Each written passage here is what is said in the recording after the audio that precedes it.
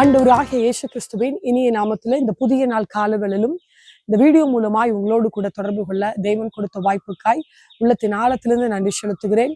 இந்த நாளில ஆண்டவருடைய கிருபையும் தயவும் இறக்கவும் உங்களோடு இருந்து உங்களை வழி நடத்தி காப்பதாக. இன்று நாம் தியானிக்க இருக்கிற வசனம் சங்கீதம் 62வது சங்கீதம் 5வது வசனத்தை வாசிக்கும் போது இங்கு வசனம் இப்படி சொல்லுகிறது: என் ஆத்துமாவே தேவனை நோக்கி அமர்ந்திரு, நீ நம்புகிறது அவரால் வரும். தாவீது இப்படியாய் ஜெபிக்கிறார், தன் ஆத்துமாவை பார்த்து வேண்டுதல் செய்கிறார்.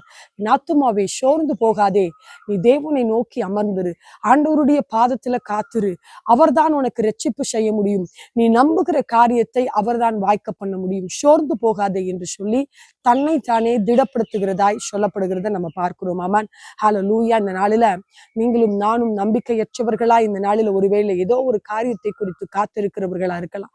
விசுவாசத்தோடு கூட உங்களை நீங்களே தைரியப்படுத்திக் கொள்ளுங்கள்.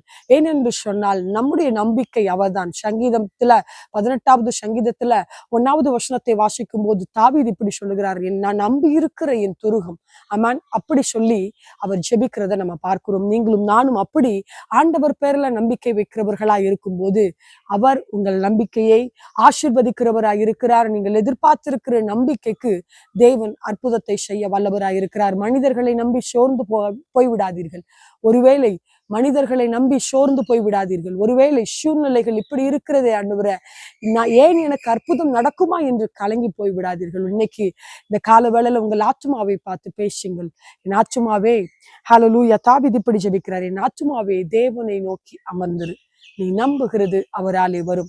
வேதத்துல 2 ராஜாக்கள் 18வது அதிகாரத்துல 15வது வசனத்துல எசேக்கியா என்று சொல்லுகிற ஒரு மனிதனை குறித்து பார்க்கிறது.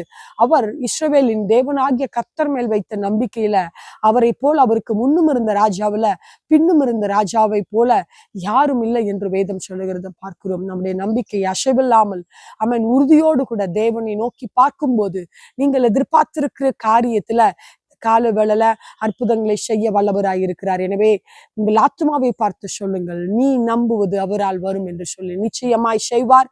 உங்களுக்கான நன்மைகள் சீக்கிரத்தில் வர இருக்கிறது. தேவன் தாமே ஆசீர்வதிப்பாராக. ஒரு விஷயம் கண்களை மூடி உங்களுக்காக ஜெபிக்கட்டுமா? ஆண்டவரே, உம்மை துதிக்கிறோம், உமக்கு நன்றி செலுத்துகிறோம் அப்பா.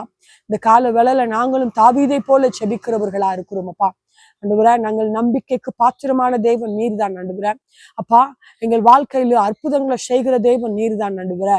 ஆண்டவரே, நாங்கள் நம்புகிற காரியம் உம்மால் வரப்போகிறபடியால உம்மை துதிக்கிறோம், உமக்கு நன்றி செலுத்துகிறோம். யார் யார் சோர்வோடு கூட, கவலையோடு கூட, நம்பிக்கையற்ற சூழ்நிலைகளில பலவீனத்தோடு கூட ஆசீர்வாதங்களை எதிர்பார்த்து காத்திருக்கிறார்களோ ஒவ்வொருவரும் உங்க பேர்ல நம்பிக்கை வைக்கட்டும். நீங்க அவர்களுக்கு அற்புதங்களை செய்து அவர்களை ஆசீர்வதிங்க. இந்த நாட்களும் வரப்போகிற நாட்களும் அவர்களுக்கு ஆசீர்வாதமா இருப்பதாக தேவன் அப்படியே உதவி செய்யுங்க. இயேசுவின் நாமத்துல ஜெபிக்கிறோம் எங்கள் நல்ல பிதாவே, ஆமென், ஹல்லேலூயா. நிச்சயமாய் நீங்கள் எதிர்பார்த்திருக்கிற காரியத்துல தேவன் அற்புதங்களை செய்ய வல்லவராயிருக்கிறார். ஆமென்.